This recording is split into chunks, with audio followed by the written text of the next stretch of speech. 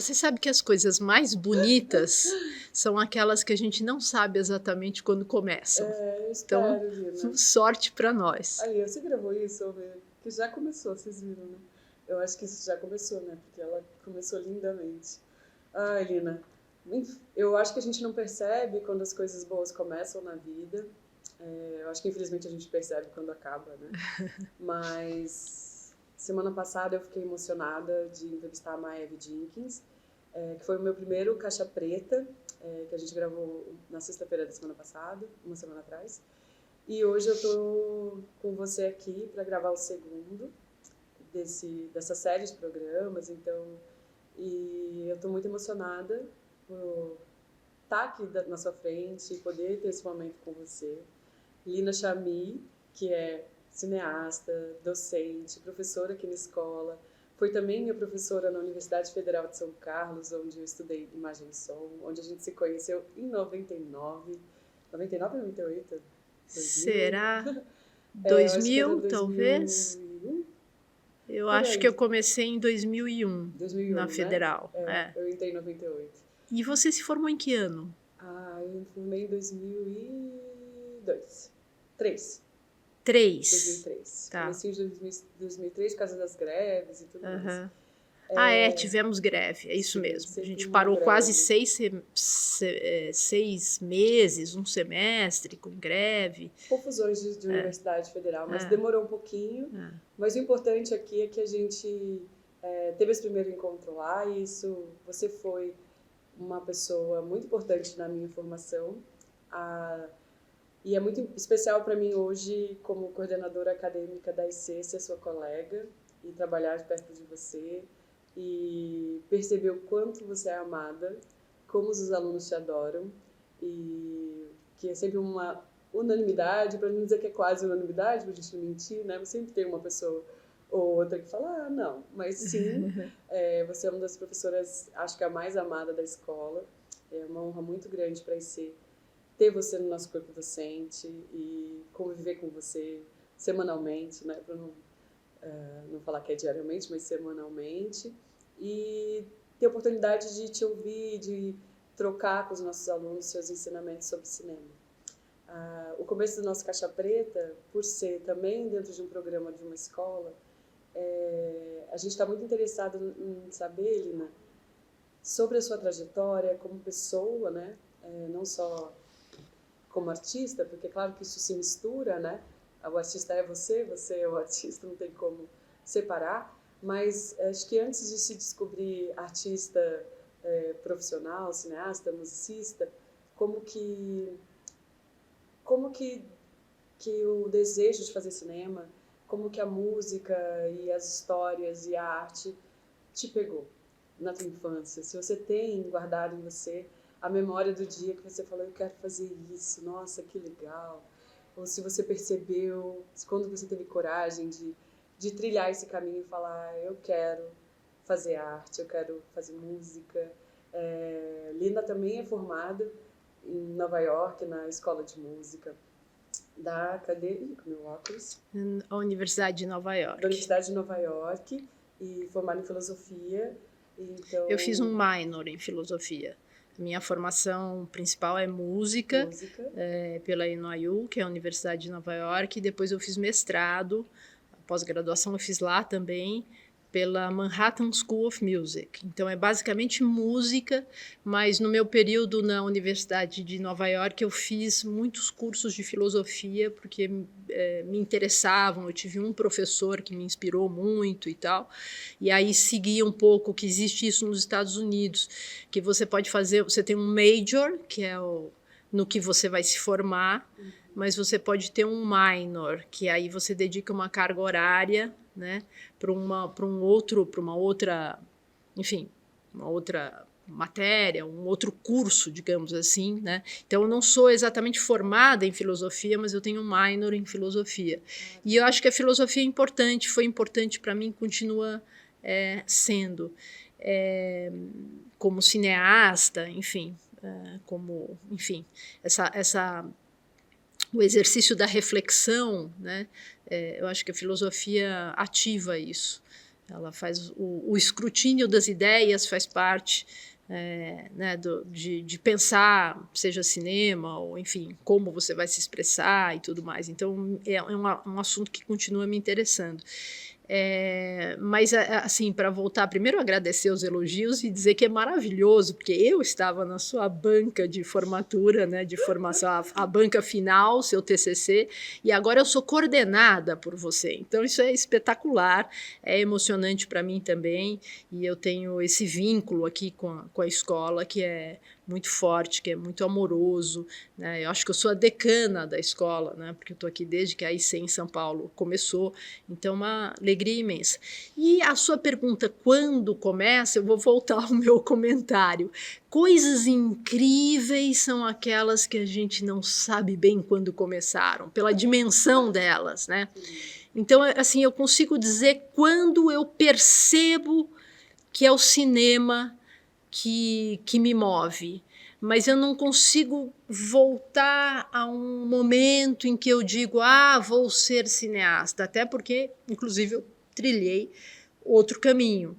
Mas eu posso te dizer que eu desde pequena, meus pais, meu pai escritor, poeta, ensaísta, Mário Chamy, e minha mãe, que foi uma pioneira, uma mulher pioneira, designer gráfica no Brasil, a primeira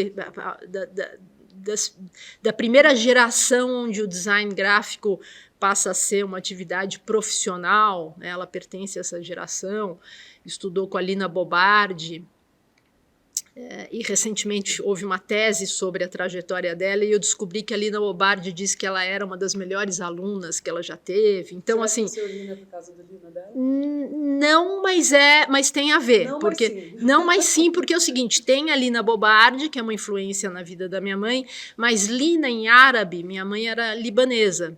E meu pai, imigrante, filho de sírios. Lina, em árabe, quer dizer pequena palmeira. Então tem um jeito, esse nome foi escolhido assim com muito carinho, eu soube depois, assim. Então claro, porque a Lina, inclusive, a Lina Bobardi não é Lina, né? Você sabe, ela é Aquilina. Não sabia. O nome dela ela é Aquilina e o apelido é Lina. Mas enfim, essa coisa de quando começa, eu estou falando dos meus pais porque eu acho que começa desde sempre, talvez, porque eu vou nascer nesse lugar, eu sou filha única, não é, de pais que também são quase estrangeiros aqui. Minha mãe nunca teve passaporte brasileiro, por exemplo, ela era libanesa, como eu disse. Meu pai, sim, meu pai nasceu aqui, mas de uma família que veio de Damasco. Aliás, Chamy quer dizer de Damasco, né? E são pequena palmeira de Damasco. Eu posso. É uma forma de me definir. Eu vou me apropriar dessa definição, ela vai me ajudar muito. O instante em que eu me entender como uma pequena palmeira de Damasco, eu estarei liberta de uma série de questões que me perseguem. Obrigada. Já valeu a entrevista. Já valeu a entrevista. Mas então, a pequena palmeira de Damasco. Palmeira de Damasco, muito amada. Muito amada por todos. Talvez por ser uma pequena palmeira de Damasco, né? Mas esse lugar assim que eu nasci com esses pais, digamos assim, apaixonados pelo ofício mais do que tudo, né? Quando eu digo um pouco estrangeiros, eles são meus pais foram muito especiais na minha formação. Acho que todos os pais são de um jeito ou de outro, às vezes a favor ou até mesmo contra, acabam, né? Claro, os pais são os pais, é de onde a gente veio, né? Enfim, mas esses são pais bem fora da caixinha, assim. Então tem alguma coisa que coloca a poesia desde o primeiro instante como algo natural para mim, que é às vezes um problema, porque é um jeito de pensar o mundo, né? E eu só vou entender isso, aliás, essa questão da poesia eu só vou entender muito mais tarde, depois de muitos filmes, mas esse espaço habitado, né, pelo amor à forma, pelo amor à poesia, né? Pelo amor à imagem, bem ou mal, minha mãe trabalhando com imagem, né? Pelo amor à palavra, enfim, este amor que existe no lugar de entendimento do mundo através da poesia, esteve sempre lá. Então é muito natural que eu seja cineasta. E, interessantemente, eu fui para a música pelo cinema. Isso eu consigo te dizer. A primeira epifania, 2001, uma Odisseia no Espaço, de Kubrick, que eu vi com 11 anos, que minha mãe me levou num shopping center, e que é a primeira vez que eu chorei de emoção, sem entender o filme. Mas em 2001 você lança Tônica Dominante. 2001 é o meu primeiro longa, exatamente. Então, essa data eu guardei, eu também, intimamente, legal você sacar, porque é uma coisa muito minha isso, que eu curti muito que o meu primeiro longa saiu em 2001. Mas, enfim, esse filme mexeu comigo de um jeito enigmático, porque não é que eu tenha entendido o filme, mas o impacto, e hoje eu consigo decodificar esse impacto. O impacto da imagem e do som, que aliás é como eu penso cinema, que eu ponho o som em pé de igualdade à imagem, me tocou de forma assim extraordinária, né? E eu nunca esqueci a sensação. Aquele arrebatamento eu nunca esqueci. Mas não fiz disso uma meta. Mas fiquei muito tocada e a música permaneceu. E se a gente for pensar na música, 2001, ou Kubrick como o grande diretor que sabe lidar com a música pré-composta e a imagem, mas ali é Strauss, né? Tem várias outras músicas, mas Richard Strauss, o pós-romântico. E é uma música muito forte. Aquilo me pegou de um jeito muito forte. E eu acho que eu entendi que eu queria fazer música. E numa família, essa família meio alegre, né? Com a poesia como valor, assim, tácito, né? Muito natural que eu fizesse música. Eu recebi todos os incentivos para isso. E eu acho que tem um outro filme também que para mim é muito importante, que eu vi muito jovem, que é um filme de Visconti, Luchino Visconti, que é Morte em Veneza, que é baseado num conto de Thomas Mann, né? Morte em Veneza, em que a gente tem um personagem, que é o professor Aschenbach, que na versão do Visconti para a tela, ele adapta para um músico, ele não é um músico no livro, e esse músico tem referências diretas de Gustav Mahler, e o filme todo, Morte em Veneza, é pautado pela música de Mahler. Então Visconti faz uma adaptação que leva o personagem a conversar com a biografia de Mahler. É interessante, ele parte do romance e vai para isso. E esse filme é um filme em que o tempo da imagem ele está pautado pela música. E isso também me impressionou muito, me tocou muito. Então, veja, a música é uma porta de entrada para mim, para o cinema. E eu vou entender que é o cinema muito depois. Então, acho que essa é mais ou menos, essa é a trajetória. Quando?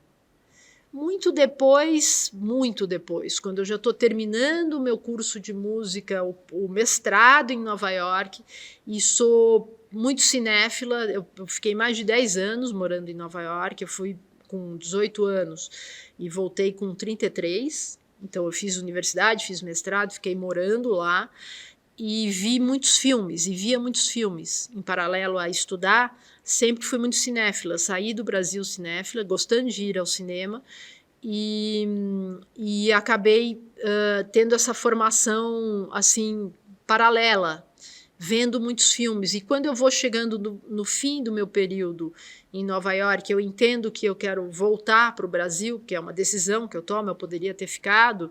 Seus pais estavam aqui? Estavam aqui, minha mãe também já estava doente, eu entendi que eu voltaria e que eu não teria muitos anos com a minha mãe. Então eu tomo uma decisão ali que é pessoal por várias razões, e vou entendendo nessa decisão, eu vou percebendo, olha só, é sempre essa entrada em fade-in, né?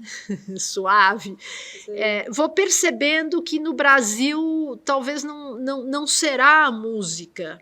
Eu já estou entendendo que eu estou passando por uma outra coisa onde talvez eu me sinta mais livre, porque a música tem uma disciplina muito rígida e me ajudou muito. E a música tem uma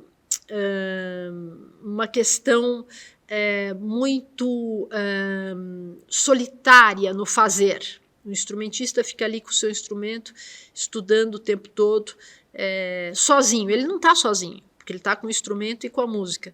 Mas o convívio pouco, você passa muitas horas sozinho. Então, isso é uma coisa que eu estou percebendo que talvez no Brasil eu não vá abraçar isso. Estou percebendo também que o universo da música clássica no Brasil é muito mais limitado do que era em Nova York, onde eu estava, que eu já tocava numa orquestra, que eu já tinha todo um parâmetro. Eu estou percebendo uma série de coisas que vão um pouco desconstruindo o que seria uma carreira musical aqui. E estou cada vez mais percebendo que o cinema é uma espécie de música com imagem, sabe? Que aquele outro lugar é atrativo e que talvez eu me sinta mais livre ali, mais plena. Isso é uma percepção. E quando eu chego no Brasil, eu passo um ano, dei vários recitais e comecei a fazer informalmente pequenos filmes para o Festival do Minuto, que era muito legal, já foi muito legal essa coisa do Festival do Minuto, eu nem sei se existe ainda, mas, enfim, meus amigos vão, não por acaso, sendo cineastas, né? E tem uma hora que eu percebo, é o cinema, pelos filmes que eu vi, pela maneira como aquilo me toca, e se a gente for pensar bem, pelo instante inicial, se eu voltar ao 2001, aquele momento que me arrebata, e que eu entendo cartesianamente é a música, não é mais do que a música, é a música e o cinema e a experiência sensorial do filme, que é como eu entendo o cinema, que é como eu dirijo um filme, que é o que eu também falo na sala de aula. Eu tenho esse entendimento do cinema como um objeto absolutamente sensorial. O filme é um objeto sensorial. Ele te toca, a gente pensa que entende um filme, mas a gente sente um filme. Então, a minha chegada nesse lugar é uma chegada informal, mas com essas questões todas que vão ficando claras para mim conforme eu vou vivenciando elas. E aí tem um momento que sim, já que eu falei dos meus pais, que eu sento com os meus pais e dou uma notícia e falo, olha, eu entendi uma coisa, não é a música. Eu vou, a partir de agora, tocar menos e menos, eu tocava e tal, e eu vou cada vez mais dedicar meu tempo a aprender cinema. E quando eu digo aprender, eu fui estagiária, fui assistente, eu tinha amigos, eu fui pedindo. Tem pessoas muito importantes na minha trajetória, Cristininha Amaral, grande montadora, que me deu uma chance ali de ser assistente dela, e outros amigos ali do universo cinema, que eu fui entrando na maciota como alguém que quer estar no set, que quer entender melhor, e fui aprendendo tudo na prática. E esse instante que eu dou a notícia é ótimo, porque meus pais dizem, ok, isso depois de 13 anos de uma formação acadêmica sólida na música, né? Mas talvez a poesia tenha permitido a eles entender com muita serenidade de que nada é perdido, de que nada é em vão, de que todo esse período que eu passo em Nova York me formou como uma pessoa que vai sentar lá e falar, agora entendi.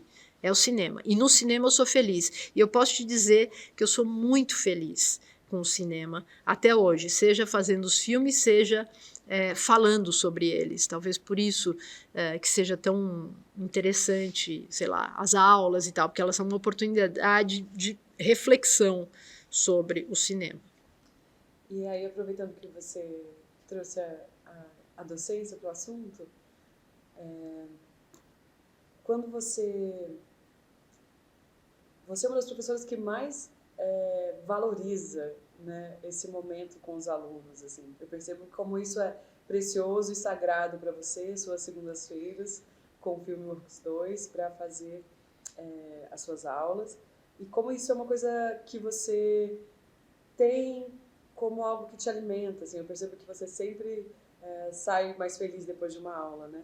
Eu acho que, em que momento você descobriu também que dar aulas seria uma grande vocação sua, porque você é uma grande professora? Também não tenho uma descoberta. Qual foi a sua primeira experiência como docente? Sempre, digamos assim, a carreira como docente, né, se é que é uma carreira, não sei, também acontece desde o primeiro momento de forma um pouco involuntária, não é que eu procurei isso. Quando eu cheguei e comecei a fazer filmes, é que eu fui muito rápida, eu fui rápida. Eu fiz várias assistências, eu fiz estágios de diferentes funções e tal, e logo fiz um curta. Eu fiz só um curta antes do longa, tá? E esse curta ganhou um prêmio no Festival de Brasília, ganhou alguns prêmios e tal, enfim, teve uma certa visibilidade enquanto curta, e eu imediatamente passei para o longa, tá? E junto com isso, alguém me chama para falar do longa, aliás, é como eu fui para a Federal, a UFSCar. Agora falando, eu me lembro, eu fui para um SESC, o SESC me chamou para uma projeção do Tônica Dominante, meu primeiro longa, né? E depois da projeção tinha uma conversa com as pessoas, e as pessoas eram quem? Alunos da Federal, que estavam lá no SESC em São Carlos, para ver se... Você estava nessa sessão? Genial. Então, você lembra disso? Foi uma sessão no SESC, eu lembro. E aí acabou a sessão, teve o bate-papo, e quando acabou o bate-papo, aqueles alunos todos, e eu lembro de você eu não lembro, mas eu lembro de vários, tem gente que eu lembro, subiram, lembra, um palquinho, e a gente ficou batendo papo. E alguém na UFSCar teve a ideia, me ouviu falar lá, falou, olha, será que ela se interessaria em dar aula? Você vê, eu já tinha dado algumas palestras na USP, assim, alguém me chamou para falar, fui lá, aí acharam interessante. Então você vê uma coisa também que acontece fora, digamos, do script. Acontece de forma muito natural e meio que paralela, sim, compreende? Foram convites e tal. E a UFSCar eu acabei indo lá sendo professora, enfim, alguns anos, vários anos, né? Concursada, depois fiz concurso e tal, e tive várias turmas e tudo mais. Mas você veja, não procurei isso, aconteceu isso. E por que eu gosto, por que eu saio da aula mais feliz? Porque é um momento precioso de pensar o cinema. E eu acredito muito na inteligência, eu acredito muito na intuição, no amor, porque a gente está falando de arte, de expressão, nas vivências, numa linha direta com as próprias vivências, em ter essa abertura para si mesmo, sabe? O cineasta, ele precisa acreditar no que ele quer dizer, e ele precisa querer dizer algo, e querer é esse lugar, né, aberto para a vida, né? Mas pensar, a inteligência, alinhavar através da reflexão, eu acho que é uma virtude do ser humano muito importante, e que nos salva, e que nos resgata, e que pode nos colocar numa dimensão mais interessante em relação a nós mesmos e ao mundo. Então, o momento da aula, se é que eu até reluto em chamar de aula, porque no fundo é uma tremenda troca. Não importa, sim, que eu fale mais do que quem está sentado, é uma troca que acontece ali no lugar da reflexão. Eu acho que é muito vital isso. Que acontece e que é muito importante para a gente, tão importante quanto a prática, tão importante quanto o nosso vocabulário, ver filmes e tal. A conversa é muito importante. Agora, se você me perguntar academicamente, uma aula de direção adianta? Eu vou te dizer não. Não fala isso, senão ninguém vai se matricular na IC. Mas eu digo isso para os meus alunos.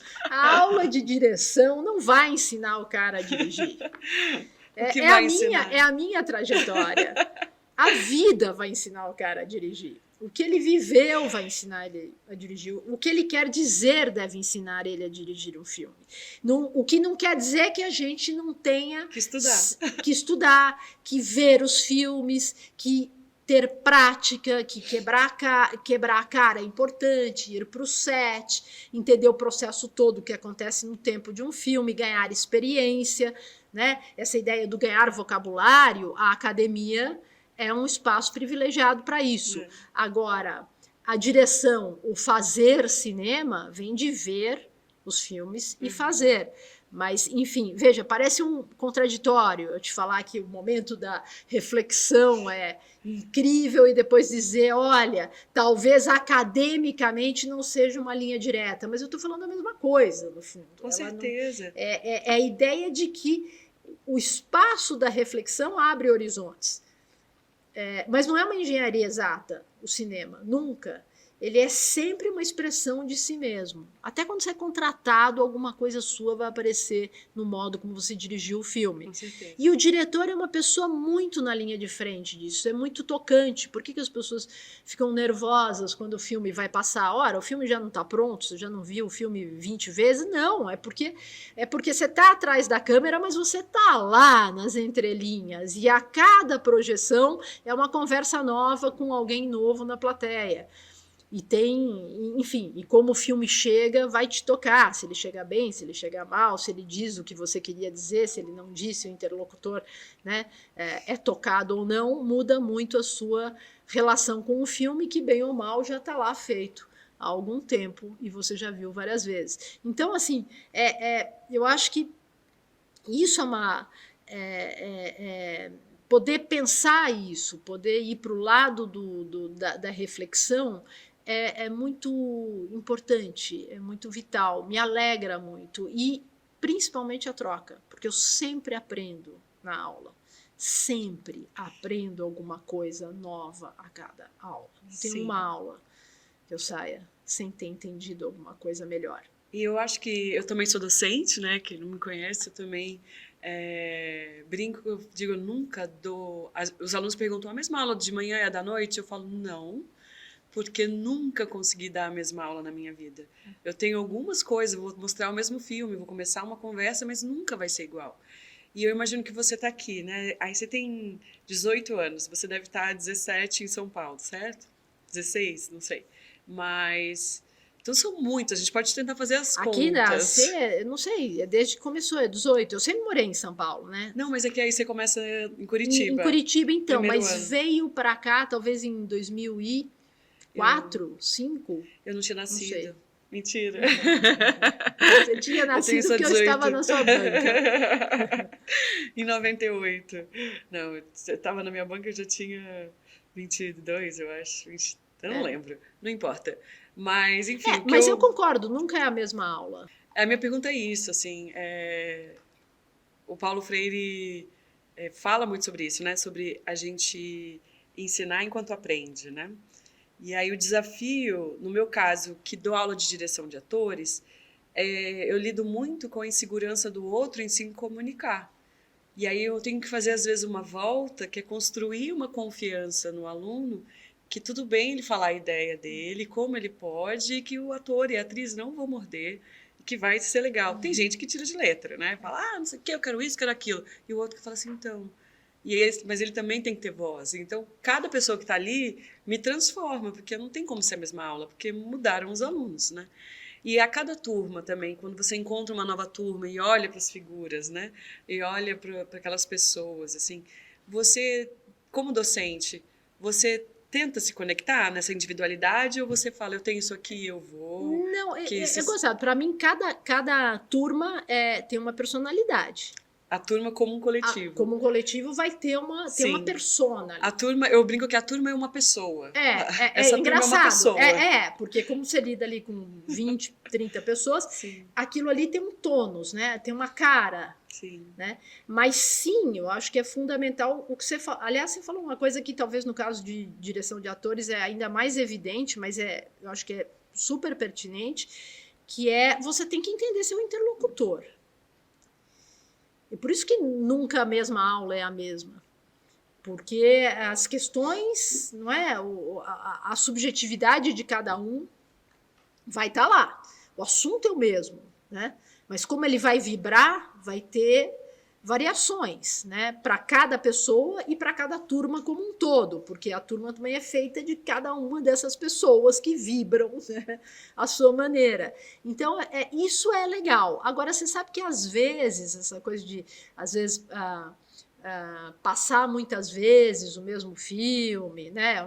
O exercício da repetição, eu às vezes me saboto um pouco. Posso até passar o mesmo filme, mas eu procuro pensar ele, começar de um outro ponto, a análise, ou pensar, sabe, entrar nele de uma outra forma. Eu também procuro gerar um frescor em mim mesma para não ser vítima da repetição, do assunto e tal. Mas é sempre muito vivo, porque sempre tem o outro. E eu concordo com você, acho que você fraseou uma coisa aí que é fundamental, que é tentar perceber ali o outro. Quando eu digo que nos atores isso é mais explícito, é porque até no set, quando você dirige atores, eu questiono muito a questão de método de direção, de metodologia. Claro que é interessante, que é um vocabulário,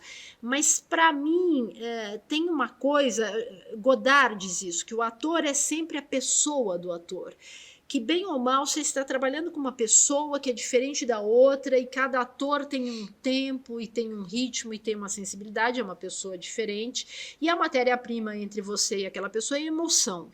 Então, como é que eu posso abordar, compreende, de uma forma similar aqui e ali? Claro, a gente tem questões objetivas ao fazer um filme, enfim, de linha narrativa, sei lá, diretriz de atuação, que seja, enfim. Mas é sempre um encontro com uma pessoa. Voltando à sala de aula, é sempre um encontro com uma pessoa onde o inusitado é bem-vindo também, porque ele te tira da zona de conforto e te faz entender as coisas. É aí que mora o grande barato, eu acho, do que a gente chama de aula, que no fundo é um encontro para pensar uma coisa, né, que nós todos gostamos, nesse caso o cinema. Tem duas coisas que eu quero dizer, eu não queria me perder. Uma um pouquinho antes, quando você diz sobre Godard diz o ator é uma pessoa, o ator é ele mesmo, desculpa, você pode repetir? O ator é sempre a pessoa do ator. O ator é sempre a pessoa do ator, né? Exato. Stanislavski diz o ator, a atriz, o intérprete é o violino e o violinista, né? Ele trazendo a conversa de novo para a música, ele se auto-toca, né? Eu sou o violino e, ao mesmo tempo, eu sou o violinista. Eu que vou fazer música com a minha emoção, com o meu corpo, com o meu imaginário. E a gente está num exercício de comunicação muito singelo, na verdade, porque não é uma zona muito delicada e o cinema amplifica isso, né? O plano, o cinema, ele traz isso para uma, né? Tem uma proeminência muito grande, né? A coisa ela fica muito grande e você está trabalhando ali com o invisível, né? Já que a gente está em citações, tem uma que é do Peter Brook, né? Que é sobre direção, que dirigir é tornar visível o invisível, né? Então você está trabalhando nesse lugar, não é, da emoção e tal, que é intangível, mas então é delegado ao exercício da comunicação. Como me comunicar da mesma forma, né, com A ou com B? Não é. A comunicação por si, na sua natureza, já não será a mesma. Porque mudou o outro, Porque né? mudou o outro. E aí, se é pra brincar de citar, a gente pode citar Shakespeare também, que somos feitos das matérias dos nossos sonhos. Pronto, 3 citações A gente vai ficar aqui, brincando aqui. Agora é a sua vez, vai. Livre associação. Eu jogo uma palavra, você tem que fazer uma citação. Ai, Lina. Tem uma coisa que eu admiro no seu trabalho, e aí me pega como atriz e como professora de direção de atores, que é uma coisa que também estava lá no meu TCC, lá atrás, que você foi banca, que é essa... Hã? O silêncio? Não, o silêncio é o meu livro, né? Eu sei, mas o seu TCC era música. Não? A Música e o Silêncio foi uma peça que eu escrevi para a Ilza, que virou uma peça de teatro que era o Silêncio em Apuros. E que você fez o livro. Que fez o livro, que foi indicado ao Jabuti, que agora está virando um longa de animação, que eu estou tentando fazer. Mas voltando para você, senão eu vou ficar falando dos meus projetos aqui. Mas depois me lembra a sua banca, então. Tá, eu vou te lembrar agora. Tá. É o seguinte, falando de você. No seu trabalho, você tem uma coisa que eu admiro, que o Almodóvar também tem, que é essa construção do elo com o ator e com a atriz para além apenas da relação do trabalho, né? Eu acho muito bonito, porque o Almodóvar tem isso com a Penélope Cruz, tem isso com a Victoria April, tem isso com tanta gente ali que ele passa a vida fazendo filmes, né? E eu colocava isso no meu TCC sobre essa companhia de cinema, né? Se a gente pensar numa trupe de cinema, uma trupe de teatro, e dentro dos teus filmes, a tua relação com o Fernando Alves Pinto, né? A sua relação com o Marco Rica, como você constrói os vínculos tão fortes, né? Com seus intérpretes, com seus atores, né? Com o seu elenco. Eu admiro muito isso, porque eu acho que o cinema, antes de qualquer coisa, mesmo sendo arte e business, é arte primeiro. E eu acho que as relações são as coisas mais importantes dentro de um filme, assim, como os filmes são resultado dessas pessoas que estão ali, da direção de foto, do montador, da direção de arte, da roteirista, do roteirista, das pessoas que estão trabalhando para aquela história ficar pronta. E, claro, como parte disso tudo, não sei se mais importante ou tão importante quanto, o elenco, né? Então eu queria que você falasse um pouco sobre o seu trabalho com o elenco, desde o momento da escolha, se você escreve pensando, se você faz casting, se você como que você ensaia, como que você troca, como que você conduz os seus processos de criação em relação à direção de atores, dentro do teu processo de criação de um filme. É que eu acho que os atores no cinema são o que há de talvez mais importante. Acho que é tudo... Claro, é o que você falou, enfim, tem... O professor de montagem diz que é montagem, é mais importante no cinema. Aí eu digo que são os atores também. Mas é que é tudo junto, né? Mas, sim, no fim das contas, é aquela brincadeira, né? Que eu sempre digo, você tem um plano em que o ator está bom e o plano está tecnicamente perfeito. E você tem um outro take desse mesmo plano, em que o ator está ótimo e eu tenho uma imperfeição técnica no plano. Qual você monta? Ora, sem pestanejar. Monte o que o ator está ótimo. O ator é a cara, ele vai estar lá. Mas sim, o cinema é montagem. Sim, o cinema é montagem, o cinema música, música, o cinema é imagem, é som, o cinema é tudo isso. O cinema é a palavra até, por que não? Mas, enfim, porque você está me perguntando da relação com os atores. Talvez eu tenha uma profunda gratidão, uma gratidão muito sentida, imensa, a cada ator com quem eu trabalhei. E talvez eu nem seja uma boa diretora de atores. Talvez eu seja... Não, eu acho que eu sou muito melhor na construção dos planos, nas sacadas visuais, na forma. Eu tenho uma coisa de entender o filme como linguagem, que é até um contraponto, até meio fora de moda hoje em dia. O filme é muito mais a sua pauta, o seu dizer social, a sua ideologia do que o próprio filme.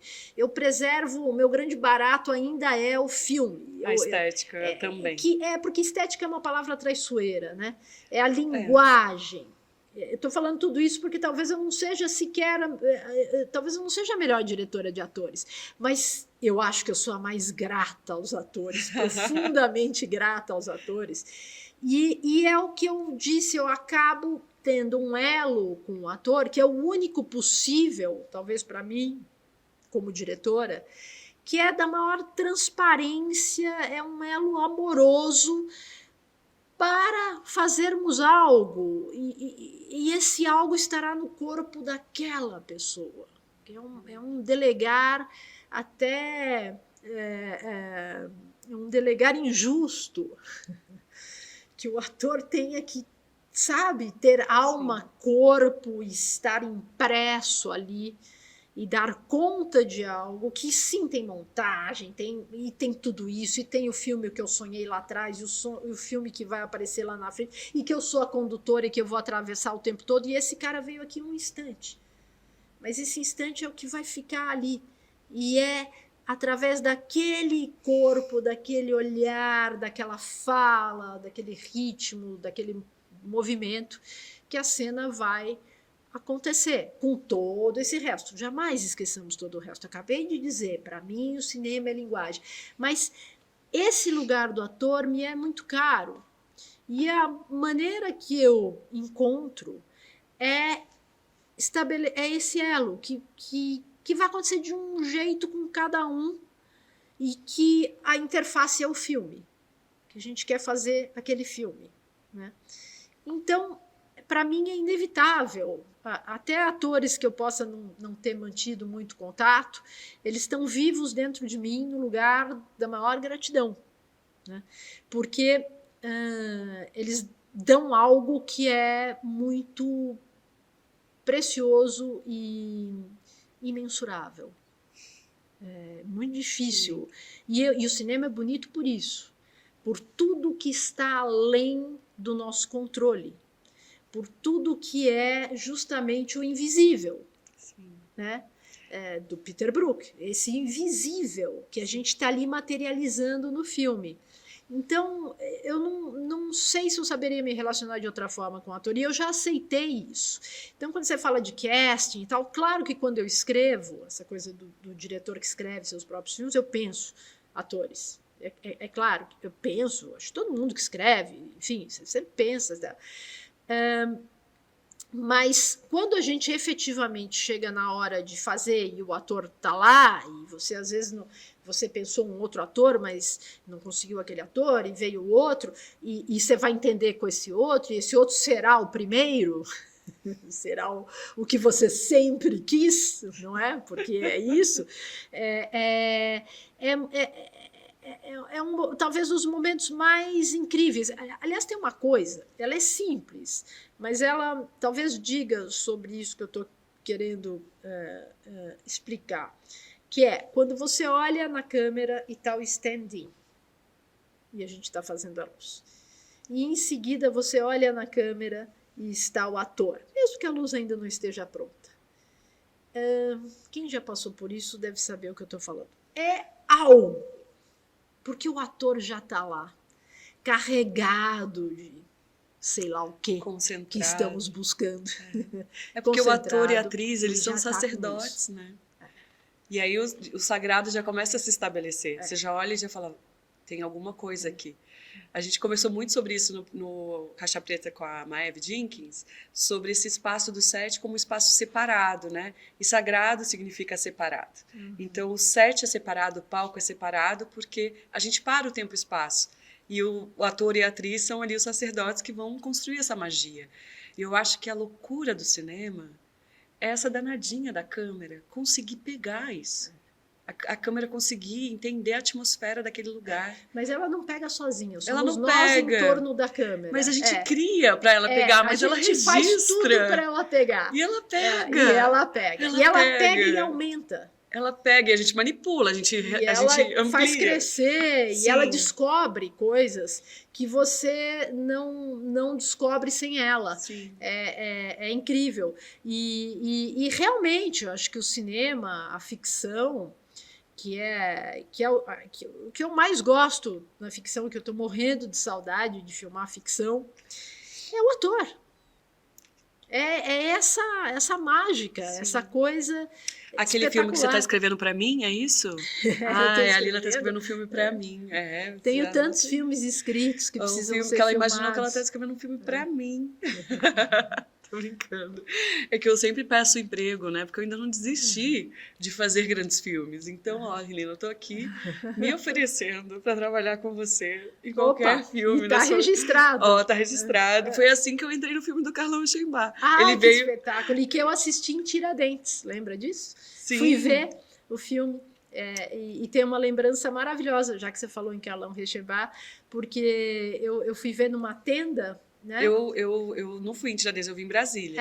Você não estava lá, tá. mas eu fui ver o filme e te vi na tela lá. Entendi. Até porque eu estava com o Vinícius, e eu falei, vou ver a Vanessa está no filme do Carlão e tal. Que amor. E eu encontrei o Carlão no caminho, e foi um encontro que eu também nunca esqueci, porque ele me desejou muita sorte, daquele jeito generoso dele. Eu falei, Carlão, estou indo ver seu filme e tal. E a gente bateu um papo rápido e ele me desejou muita sorte. Eu nunca esqueci esse desejo de sorte que o Carlão, muito sinceramente, daquele jeitão dele, disse para mim. E aí eu fui ver o filme e fiquei vendo você tem uma cena... Tá no começo, não é? Você dança, é a abertura do filme, não é? Não, quem dança é a Maeve. É a Maeve? Eu sou a amiga tá evangélica da fábrica, que não vai em festa nenhuma. Isso, com o uniformezinho. Ele começa com a cena de dança. Todo mundo podia ir nas festas, eu nunca tava... Eu ficava na fábrica, era meu único set. Todos os personagens podiam ir pra farra, ir no bar, não sei o que, eu era amiguinha, amiga séria, evangélica, apaixonada por ela, né? Mas que não ia em lugar nenhum e tava sempre lá, assim, pra apoiar. E aí eu não tava em nenhuma locação, só na fábrica. Mas o Carlão, pra quem conheceu, né, ele tinha essa figura, assim, tão grande, né? Aquele óculos de fundo de garrafa, aquela voz dele, assim, né? E tão generoso, né? Ele colocou um curta que eu fiz com o André Zepé, lá de São Carlos, na sessão do Cine Comodoro. E aí eu fui com toda a equipe assistir, né? Achando, nossa, minha carreira começou como atriz. Vou passar no Cine Sesc. E aí eu fui lá assistir o filme. Quando acabou o filme, ele veio me dar parabéns pelo meu trabalho como atriz. Eu, rapidamente, né, oferecida que sou, falei, você gostou? Ele, gostei muito do seu trabalho. Aí eu, então posso fazer seu próximo filme? Ele, pode. 2 anos depois, a Sara Silveira me liga, Vanessinha, o Carlão quer você no filme dele. Nem tem teste. Eu, sério? Nunca tinha sido convidada direto. E é o primeiro filme da Maeve, da Naruna Costa e meu. A gente era da mesma sala na EAD. Aí, é muito legal, né, esses encontros da vida. Não, e essa coisa de... Você falou em teste, já só para essa relação com o ator e tal. Você testa atores? Não testo atores. Ai, que bom. Eu não testo atores porque eu acho inútil. Que bom. Eu não me traz nada o teste. Eu volto a essa questão, eu prefiro conhecer a pessoa. Tomar um café. E eu acho que esse café, mesmo que o ator atue para mim, porque os atores atuam para os diretores, será muito mais eficaz do que a premissa do teste. É engraçado isso. Eu acho o teste... Não consigo usar o teste. Não acho tão interessante. Tem uma história, não sei se é verdade, tá? Se for mentira, me perdoem. Mas tem uma história de que o Coppola não queria o Al Pacino, não, o De Niro. Ele não queria o De Niro. Ele queria o De Niro e os produtores não queriam o De Niro. E aí marcaram um teste para tirar a teima, assim, né? Porque o Coppola queria mostrar que era o cara e tal. E aí o De Niro parou o teste no meio, agradeceu e falou, Francis, disse que brincadeira. Falou, olha, eu não consigo, desculpa, eu não vou continuar, porque eu não consigo dar o meu melhor num lugar que eu não me sinto amado. Então eu não consigo fazer a cena aqui para vocês se eu sei que eu não sou desejado aqui. Então eu prefiro não fazer esse filme. E no próximo filme eu vou ficar muito feliz de trabalhar com você. E aí foi embora, ligaram para ele e falaram, você passou, é você e tal. E aí aquilo para mim é um resumo assim, de como é importante a confiança, né? E como ninguém dá o seu melhor, de fato, quando você está tendo que se provar. Eu acho que uma coisa é você desafiar o outro, né? Provocar o outro a me dar o seu melhor, né? Estimular, mas não no sentido de tipo, você não é capaz, sabe? Nesse lugar de desdenhar, de o outro ter que te convencer. Eu acho que o que é difícil do teste é você ter provar que você é suficiente, porque a premissa do tempo... teste ela já é da desconfiança. Ela já é, o teste já é ele já parte desse lugar. Claro, isso é uma visão, não que o teste não seja útil e que não haja diretores que saibam usar dessa metodologia e que, enfim... E tem pessoas que sabem conduzir para que não seja, saibam né? conduzir, que saibam depreender daquela situação, algo e tal. Mas eu tendo a sentir como você, sabe? Eu acho que, já que a gente está com citações de Gilberto Gil, amor é tudo que move. Realmente. Porque vai ser uma junção tão íntima, né? O trabalho do ator no filme, a relação com o diretor, né? Vai ser uma troca tão íntima que talvez seja melhor tentar essa intimidade logo de cara. Não é possível, a intimidade é algo construído, você usou uma palavra que é confiança, e é muito difícil, porque existe um abismo para o ator, como existe um abismo para o diretor. Estamos à beira do abismo. Fazer um filme é estar à beira do abismo a cada cena. Porque a cena é sempre abismal. Né? Sim. Quando a gente fala do invisível, é esse salto um pouco no escuro, né? E aí posso voltar um comentário lá de trás, quando eu falo a aula não vai ensinar o cara a dirigir, eu estou falando um pouco disso. E que não significa desdizer a academia como um lugar de vocabulário, mas é que o cinema é fascinante justamente à beira do abismo. Sim. E quando a gente fala da câmera e tal, é isso, é captar esses momentos, né? Porque é isso que transcende ali na tela. Então, realmente, a premissa do teste é um tanto cartesiana, em excesso, talvez. Mas é isso, eu não sei usar o teste. Há quem saiba fazer disso uma ferramenta, enfim, boa.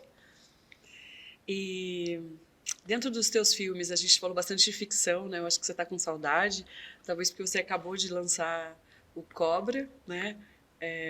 A gente está, hoje é dia 22 de março de 2003, quem estiver assistindo esse programa, esse bate-papo daqui a 20 anos, 5 anos, sei lá quanto tempo, né? A gente está em 2023, Lina acabou de lançar o documentário sobre o Cobra, que é lindíssimo. E falando um pouco sobre documentário, assim, para a gente mudar o rumo dessa prosa ou não mudar o rumo dessa prosa. O documentário é outra coisa que também veio muito espontaneamente, que foi bateu na minha porta vida. E eu abri a porta. Porque também não tem a ver com amor, né? Que é o amor pelo Santos Futebol Clube. É o primeiro documentário? Acho que sim, é o primeiro. Exatamente. Foi então, como o Gilberto Diz falou mesmo? Gilberto Gil falou mesmo? Amor é tudo que move. É tudo que move. Então, de novo, o destino te moveu para o teu amor, né? O Santos é o grande amor da sua vida, Lina? Olha, mas atualmente, como assim, atualmente é uma desilusão. O Santos e o futebol atualmente são uma grande desilusão. E até com... enfim, há um desencantamento, não é só a passagem do Pelé. E, aliás, Pelé, né? Quando a gente fala de amor, talvez seja um atleta que tem uma pureza, né, transcendental. Talvez por isso Pelé seja... Ele é o que ele é. Né? E quando se cobra do Pelé, a posição política, ele é o negro que colocou o Brasil no mapa do mundo. Ele não precisa fazer mais. Ele é o cara que fez isso. E eu, desde pequena, vi o Santos. Aí você pensar o Santos, o futebol, como algo lúdico, o Campo Verde, quando você vai com seu pai, no caso foi com meu pai, é uma extensão do amor ao meu pai. Aí você tem todo esse lugar do futebol. E, por outro lado, você tem, hoje em dia, a grande desilusão com o futebol, um universo corrupto, machista, muito infeliz. O próprio Santos, a gente tem a figura do Robinho, que é uma grande desilusão.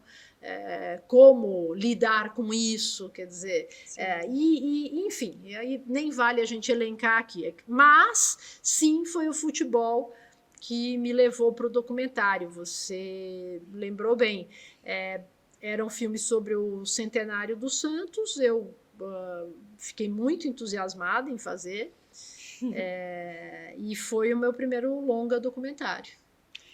E depois a oportunidade... Dorina veio antes? Dorina veio depois. Dorina Olhar para o Mundo, para o HBO.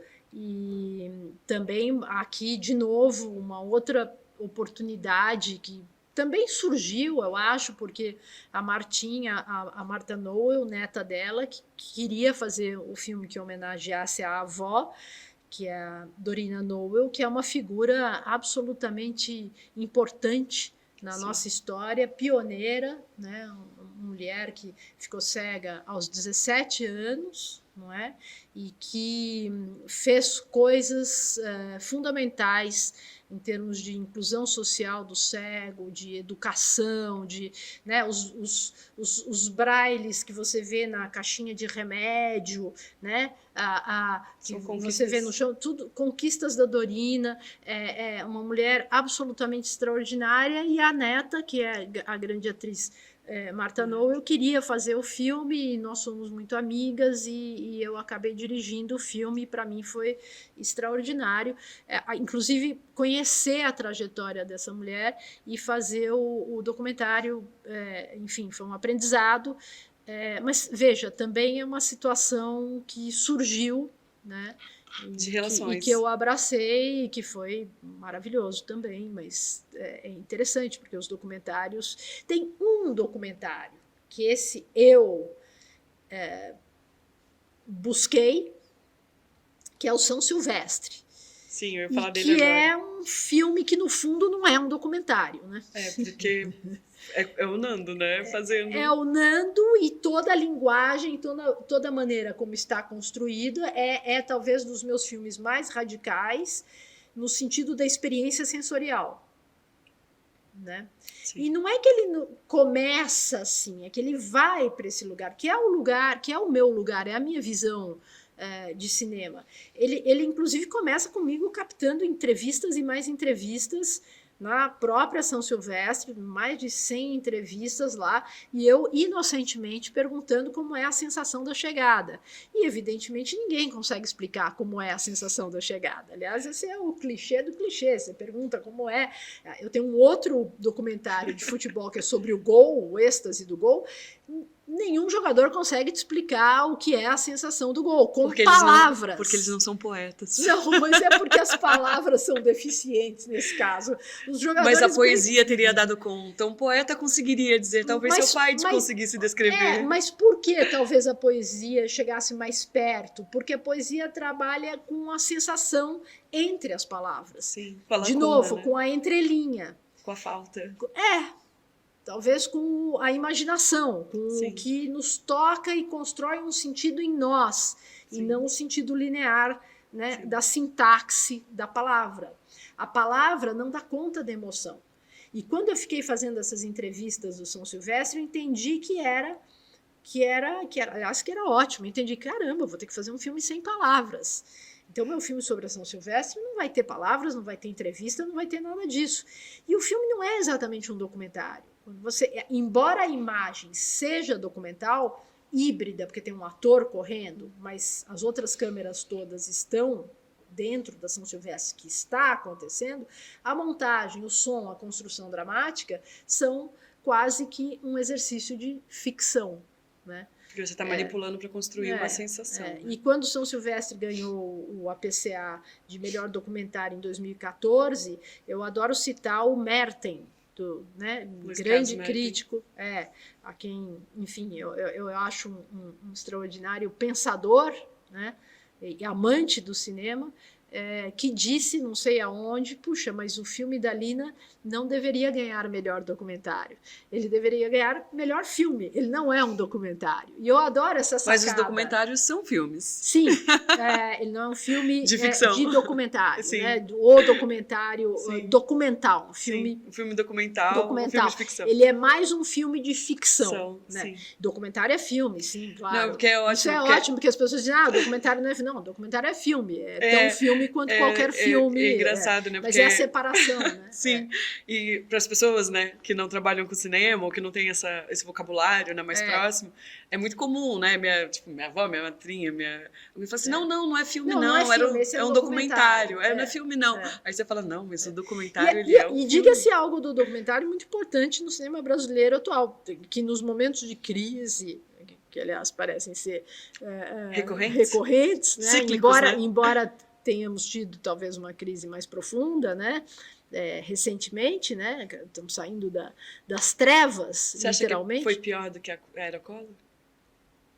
Eu acho Bolsonaro pior do que tudo. Não consigo sequer comparar a desconstrução trágica do país nos últimos anos com... É difícil a comparação, porque salta com tanta veemência o período que vivemos que eu tenho dificuldade em comparar. Claro, Collor é dramático porque acaba realmente corta tudo. Então, talvez, se a gente analisar cartesianamente, temos ali, né, um trauma muito explícito, né, e decodificável.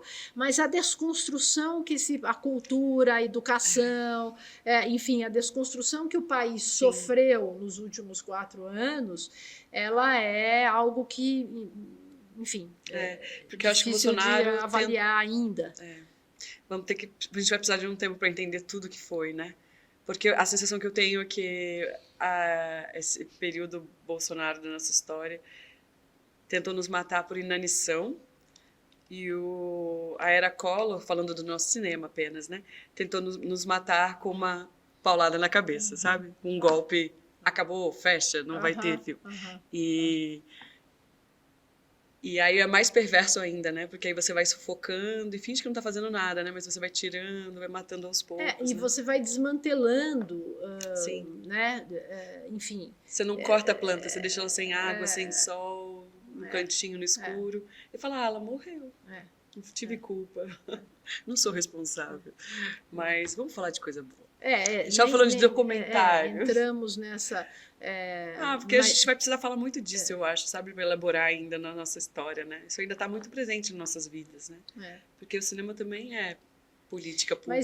Mas eu estava falando disso até para tecer um comentário sobre o cinema documental, que é um cinema que, pelas suas características, não é? Ele é mais até acessível, ele é uma forma de produzir. Para mim, até ele foi. No momento em que eu não estou conseguindo fazer as ficções, o documentário é mais acessível em termos de orçamento, de flexibilidade, de liberdade até. Não que eu não seja uma diretora que experimente, o meu barato é experimentar, né? Como eu disse, a questão da linguagem para mim é primordial, mas o documentário acaba sendo um espaço, não é, de trabalho talvez mais generoso, porque o cinema é caro, é difícil de levantar, de produzir, requer muitos aportes, né? E a ficção é implacável nesse sentido. Já o documentário, com as suas possibilidades, não é, permitiu, pelo menos, continuar trabalhando. É que eu falei da minha saudade da ficção, que é a minha gênese, é de onde eu vim. Eu, na verdade, comecei e penso de maneira ficcional o cinema. Porque quando você delega à linguagem uma certa importância, não é? Você está falando de gestos sobre o objeto filme que tem muito a ver com a construção da ficção. Que vai um pouco contra a ideia primeira do documentário, que já nem é. O documentário hoje em dia, enfim, tem sofisticações e vertentes para muito além disso, mas voltando à ideia do documentário, aquela que a gente estava brincando, o documentário não é filme, é algo que documenta. E ao documentar há uma reverência ao que se documenta, ou pelo menos é preciso documentar o que se quer documentar, não é? E a ficção é sonho. A questão é que a ficção é muito cara, o modus operandi da ficção é extremamente caro, por isso que a gente está falando das crises, né? Então, também acho interessante observar que o documentário permitiu se produzir, e é verdade isso, não é? Muito mais em tempos em que a produção estava muito limitada. Então, é um espaço também. E outra, eu acho que para o diretor, isso é um aprendizado meu, É muito saudável transitar entre a ficção e o documentário. É um aprendizado, é muito interessante. Sim. É muito interessante, porque te abre horizontes. A ficção, eu sempre digo, é o exercício do dizer em cada gesto. Né? E o documentário requer ouvir, encontrar o gesto na escuta. Né? Então, eu acho que um ajuda o outro. Eu acho muito saudável. A mim fez muito bem. Mas gostaria de voltar a fazer ficção, urgente. Por favor. Você estava falando do filme do Cobra, que foi lançado agora. O Cobra Autorretrato. Cobra, o Autorretrato. O filme é belíssimo, né? E eu acho muito necessário, porque eu acho que ele corrige uma injustiça histórica, assim, com essa figura do Cobra, sabe? Acho que você fez um trabalho incrível. Uma injustiça no sentido, né, por muitos... às vezes ele não ser, né, não se sentir tão reconhecido pelos seus pares, né? Eu achei... E a história é genial, né? A história do pai, a história de saber como ele chegou na trama, né? Da tapeçaria, enfim. Aí não quero dar spoilers do filme, mas procurem o filme, porque todos os filmes, na verdade... porque talvez realmente o Cobra é um artista solitário, sim, que sofre de bastante preconceito. Acho claríssimo isso, e eu já tinha entendido isso desde o início. É um projeto que chegou a mim também de forma muito espontânea e tal, e o que eu procurei mostrar ali foi a pessoa do Cobra. Há sempre uma pessoa atrás do artista, e que às vezes fica eclipsada por preconceito, não é? E há sempre uma gênese de um trabalho, e ali tem um cara batalhador. E eu procurei um pouco ir nesse lugar mais íntimo dele, não falar tanto sobre o grafite. Ele não é exatamente um filme sobre a arte de rua, porque ele está nesse lugar, mas é mais um filme sobre a gênese do trabalho dessa pessoa. E é lindo isso, né? De certa forma, não em relação ao filme do Cobra, mas em relação à nossa existência, de que toda vez que a gente chega perto do ser da pessoa, é um universo muito maior do que o que a gente imagina. No fundo, a gente vive preconceitos diariamente, a gente exercita preconceitos sem sequer perceber. A nossa percepção do mundo, ela é já um pouco, né, inevitavelmente feita de preconceitos, né? E o cinema dá a oportunidade de você ir um pouco para o outro lado. Tanto é que eu acho que o cinema político, o mais político e o mais potente no dizer político, é aquele que parte do indivíduo. É aquele que foca no indivíduo. E no específico de cada um. Porque este micro contém o macro.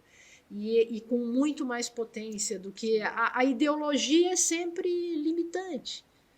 Ela sempre limitará o seu dizer. A questão da ideologia pela ideologia. É preciso entender como ela age no ser humano e de onde ela vem. Eu estou falando tudo isso, claro, mas pensando um pouco, quando você fala do Cobra, e de... Não é corrigir uma questão, porque eu acho que não é isso, mas de achar um jeito de alguém ver nessa pessoa algo que ela ainda não viu, para além dos murais, e talvez olhar para o próximo mural de uma forma diferente. Isso foi uma busca clara. Talvez fosse a única forma de fazer esse filme. Porque, de fato, Cobra é muito estigmatizado pelos seus pares e por embora ele seja muito popular, mas por grande parte de quem vê a sua obra. E aí, tudo bem, é a avaliação da obra, mas o meu filme não é exatamente sobre a obra, é sobre o artista. Com certeza. Eu também vi assim, também me senti transformada depois de reencontrar, fiquei olhando para o Niemeyer e falando, olha, que loucura, já estou olhando isso de outra forma, porque eu vivi esse filme, né? Não é que eu vi o filme, eu vivi o filme, eu estava lá e vivi aquele filme e me transformou. Eu acho que dentro desse caminho, assim, das transformações, de olhar para o indivíduo, tem uma coisa que eu acho bonita, assim, dentro do fazer do cinema, sobre tentar representar esse ser humano, né, de, na verdade, abrir uma porta para olhar para esse ser humano, que ali, no caso, a gente está falando do Cobra, ou da Dorina, ou do Pelé, do Santos, como um personagem, de se aproximar, de escolher um recorte, né? Sempre vai ser também a tua lente sobre o outro, né? Então, tem o ponto de vista da Lina. Mas o que eu acho interessante, assim, quando eu comparo os teus filmes de ficção, é que eu percebo que para cada história você tem uma pesquisa de linguagem e que a sua forma de filmar se transforma. É claro que você amadurece como cineasta ao longo do tempo, todo mundo, né? Fala, nossa, eu fiz isso nesse filme e não quero fazer no outro. E aí a gente vai pensando, fala, meio que, por que eu fiz isso? A gente também tem isso, né? Quando a gente está dirigindo e olhando e montando. Então eu percebo que os seus filmes foram se transformando, não vou falar amadurecendo, mas se transformando com o tempo. E aí eu queria entender também o quanto que essa transformação é por um amadurecimento como cineasta ou o quanto que você, de fato, tenta dizer... Não, quanto que você tenta perguntar para o roteiro que linguagem que ele tem, como ele quer ser filmado, sabe? Eu acho que todos nós amadurecemos para o bem e para o mal. Até um ponto é para o bem, depois começa um amadurecimento excessivo, vamos colocar dessa forma. Mas, claro que a gente amadurece, claro que o nosso olhar muda, a gente muda, assim, tem essa coisa de ver o primeiro filme e falar, olha quem eu era. E volta essa questão do filme como uma representação muito íntima do diretor, sempre voluntário ou involuntariamente. Mas, para mim, o principal é essa segunda coisa que você coloca, é o que rege. Para mim, o que rege como filmar é a história. E eu tenho imenso prazer de saltar de uma coisa para outra. Se você pegar o Tônica Dominante, que é o meu primeiro longa... Não é? Ele é um filme absolutamente rigoroso, com maquinária pesada. Aliás, vale dizer pelo Tônica que ele é o primeiro filme de ficção brasileiro com direção de fotografia assinada por uma mulher, Kátia Coelho, a quem devo muito, né? Ele é um filme de maquinária pesada, de planos milimétricos. Sim. Ele é um filme também sem palavra, que delega a fotografia. Né? Engraçado, as pessoas podem pensar um filme sobre a música ou sobre um músico, é um filme sobre o cinema, é um filme sobre a imagem. Eu não tenho muito a palavra, eu tenho o som, a música e a imagem, e a junção desses dois para contar a história. E é, portanto, um filme de movimento de câmera super preciso, etc, etc. Quando eu vou para Via Láctea, que é o segundo longa de ficção, é outra coisa. Eu tenho um personagem errático, que está perdido na cidade, que está desesperado, meio a uma ruptura amorosa, que na verdade é muito mais do que uma ruptura amorosa, é uma grande despedida da própria vida. E ele está perdido ali. E é gozado, porque quando eu primeiro concebi a Via Láctea, eu vinha do Tônica, era meu segundo longa, e eu lembro que o primeiro orçamento tinha câmeras e tal, uma maquinária também, eu filmava fechando ruas e tal. Primeiro eu não consegui levantar o orçamento pra cá. E num dado momento eu falei, mas também essa não é a forma de fazer o filme. E aí me caiu uma ficha, que cada filme é um filme, cada filme você volta pro zero. É a página em branco onde surge o poema. Cada filme terá um jeito de acontecer. E eu tenho enorme prazer em descobrir esse novo jeito, que não é uma descoberta aleatória também. O filme te diz como fazer. Ora, se esse personagem está completamente perdido em sua jornada, a minha câmera também é um tanto errática. A minha câmera também é uma câmera que busca, às vezes encontra e às vezes perde. É uma câmera que está tentando chegar num lugar. Ela não bem chega, ela não sai do ponto A e chega no ponto B. A gente vai, o filme, inclusive, tem uma estrutura circular, ele é parabólico, na verdade é uma despedida em que estilhaços de lembrança estão ali agindo. Então é uma outra câmera. Uma referência de Vestido de Noiva, assim. De aquela pessoa que está já lembrando, já está morrendo, já está morta, já está lembrando do que... Exatamente. Aliás, se a gente for pensar a Via Láctea, ele é um filme sobre um átimo de segundo. Que quem já teve um acidente sabe o que é um instante que você, por uma fração, ela é uma descarga de adrenalina, acho que tem até uma explicação física para isso, e que você vê sua vida passar. Eu tive isso, num acidente de moto. Passa tudo, num flash. Porque você, naquele instante, está indo embora. Você acha que ali acabou. Que acabou. E passa tudo muito rápido, é uma descarga, é um átimo de segundo. A Via Láctea, na verdade, o roteiro inteiro é esse átimo de segundo. Eu não posso filmar ele com a precisão que eu filmo o Tônica. Então ele tem uma linguagem totalmente diferente. Eu estou experimentando totalmente em outro lugar. E eu acho muito importante essa relação entre forma e conteúdo. Eu acho que, na verdade, é o que há de mais importante no exercício da direção, entender e ser íntegro em relação ao conteúdo e que forma ele vai gerar, e seguir isso, sem muita especulação ou desejo no sentido de impor fetiches e planos que você gostaria, assim, assado. É preciso entender o que a história pede. Exato. Isso é direção. É achar o jeito de contar aquela história. Isso tem muito a ver sobre essência, né? Porque eu acho que quando você pensa da forma para depois encontrar esse conteúdo, você está justamente querendo fazer algo que não tem essência. É a história que vai te dizer e o formato que esse filme vai ter, desabrochar e fazer. E a gente aqui, né, que tem uma fabriquinha de cineastas nessa escola, a gente tem uma fabriquinha de curtas, né, a gente faz 28 curtas no semestre, 30, é muita coisa, e a gente acompanha a angústia e os desejos, e acalma e acolhe os nossos alunos e alunas. Eu percebo você muito convocada, assim, né? Voltando um pouco para esse encontro do docente com os alunos. Você é muito convocada para ser orientadora, para ser a banca final, para estar no processo de dizer, de trocar com os nossos estudantes. E eu acho que isso mostra também uma coisa sua muito generosa, porque você acha que... Eu não sei, estou falando por você, mas você fala que esse amor é pelo cinema, mas eu percebo que esse amor também é pelo aquele aluno. E aquela aluna que te procura e você fala, não. E aí eu acho que é o amor que nos une, né? Todo mundo que está aqui ama o cinema. Então todo mundo que está aqui tem um grande amor na vida, que é contar histórias e fazer filmes, né? E é o mesmo amor para todos, assim, quase todos, eu acredito. Então eu vejo a sua generosidade nessa troca, o seu cuidado de tentar colaborar com o fazer cinematográfico dos nossos estudantes aqui. Quando você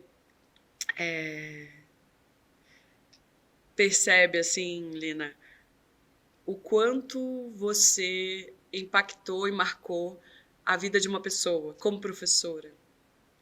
Como você sente em relação a isso? Porque você sabe que você marca e impacta muitos alunos aqui. Eu não sei se você tem essa dimensão. Porque você vem, você está ali nas suas 10 aulas, troca com eles e elas, mas eu sinto que às vezes você não tem a consciência da dimensão do todo, assim, de como você transformou a vida de muitos alunos que são encantados e apaixonados por você e te adoram, né? Que a gente tem uma igreja para Lina Chamie aqui na escola. Na verdade, é uma seita. Se vocês quiserem participar aí de casa, pode vir, que a gente sempre aceita novos integrantes da nossa seita. Adoramos a Lina Chamie.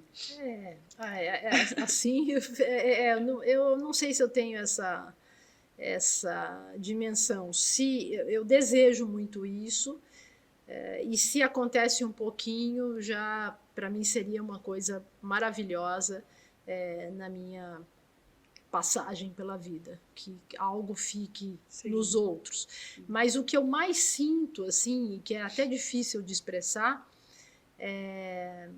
e que talvez ande junto, não sei, você é generosa, exagerada, e seita vai ser um descrédito, não vamos para esse lugar. Mas o que eu mais sinto é uma imensa gratidão aos alunos. É engraçado, porque a cada pessoa ali, quando você diz... porque a cada pessoa ali é uma oportunidade muito...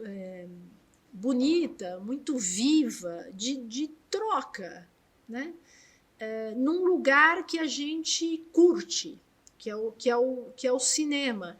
Então, o que eu mais sinto é uma imensa gratidão E eu sinto uma imensa aflição também, porque parece que eu nunca consigo agradecer suficientemente aos alunos. E talvez o meu grande esforço seja tentar dividir com eles esse amor pelo cinema, que vem misturado com a minha gratidão a eles, que faz esse amor sempre florescer, porque é nesse cotejo que a gente vai para esse lugar. É uma troca, aí que tá. Eu não sei se é tão... sabe? Eu acho que é uma troca muito grande e eu me pauto pela troca. Porque a troca é que me diz um pouco para onde ir, no desejo de cada um. Até porque essa conversa sobre, quando você fala dos projetos, dos alunos, os projetos são de cada um ali. E a hora que alguém te abre a porta para entrar no projeto, que é algo precioso dessa pessoa, é um lugar... Você falou do sagrado, né? Você falou do sagrado, do ator, ou do lugar sagrado. Esse lugar também é sagrado. Então, ele também é um convite a mim muito generoso, se você for pensar. É uma troca mesmo. Então, é um privilégio e só posso agradecer. E uma responsabilidade, né? Também. Porque se a gente erra com eles, é muito doído, né? Porque eles estão muito abertos. E aí você tem que tomar muito cuidado, né? Tipo assim, nossa, eu não posso errar aqui, porque essa pessoa valoriza muito o que eu vou dizer. Então eu tenho que ser muito cuidadosa, né? Eu acho que às vezes eu sou até um pouco afoita e tal. Eu penso alto, né? Mas eu acho que é um lugar ali que a gente se colocou para um jogo franco. E talvez a transparência, até com os seus pequenos, talvez, deslizes, não sei, né? Porque, enfim, é o que você falou, é sempre complicado, você está lidando com o desejo do outro, né? Mas a transparência talvez seja o melhor lugar. Ele é o mais seguro, na minha opinião. Eu acho que a gente está chegando perto, talvez, do nosso fim. São 4h. Eu nem sei quanto tempo faz que a gente está conversando, parece que faz 10 minutos. Eu acho que faz mais de 1 hora. Mas não parece que passou 5 minutos. Foi muito prazeroso estar aqui com você. E, mais uma vez, eu quero te homenagear e te agradecer, porque você foi minha professora na minha faculdade de cinema, e no momento em que eu era muito desqualificada pelos próprios professores, porque eu era uma garotinha jovem querendo fazer cinema, uma borboletinha pelos campos de São Carlos, e você era uma professora que sempre olhava para mim e acreditava muito em mim. Você, a Ilza, e a Lina me deu 10 numa prova, uma vez, escreveu um bilhetinho para mim: você está pronta para o futuro, boa sorte. E eu achei aquilo muito especial, porque ela não deu 10 para todo mundo na sala. E as pessoas ficavam: como assim você tirou 10? Eu não tirei. Eu falei: ué, por que eu não posso tirar 10? E para você, para exemplificar o que eu quis dizer, não é pelo 10, mas é no momento que eu me sentia tão insegura em relação quem eu era, se eu era uma artista, se o meu olhar importava, se a minha visão importava. O seu olhar sobre o meu trabalho, o seu reconhecimento me trouxe autoestima e me deu força para continuar acreditando nas coisas que eu queria fazer. E hoje eu estou aqui, na sua frente, sendo coordenadora de uma escola de cinema, coisa que eu nunca pensei na minha vida. E eu sou muito feliz como educadora, eu adoro esse encontro com os alunos. Então, você como professora também me formou como professora. Então, a sua generosidade me ajudou lá atrás, e se você me acha generosa é porque eu tento ser generosa com eles como você foi comigo. Tá bom? Eu te amo, Lina. Eu também te amo e te agradeço. E eu acho que eu fiquei tão ou mais feliz com esse 10 do que você. E eu estava certa, porque você agora é minha coordenadora. Então... Eu sou só a zeladora, eu sou só a menina do party, mentira. Eu só faço os calendários e falo: gente, onde vai cada coisa? Tá tudo certo, vai dar certo. Ai, que bom, Lina. Muito obrigada. Acho que foi um encontro muito bonito para mim. E aí, como a câmera capta, né, os momentos, eu espero que ela tenha captado esse momento aqui, essa alegria de estar com você. Obrigada. A alegria toda minha, muita gratidão. Enfim, totalmente recíproco o sentimento. Um agradecimento à AIC também, né? Sim. Esse lugar bacana, Sim. que sobrevive, Sim. que resiste. Sim, cinema resiste. Né? Que resiste, o nosso cinema resiste. Cinema resiste. Né? É uma honra estar aqui, te agradeço. Obrigada. É isso, eu acho que o fim a gente sabe, né? Quando ele chega. Então, acho que agora a gente terminou. Obrigada.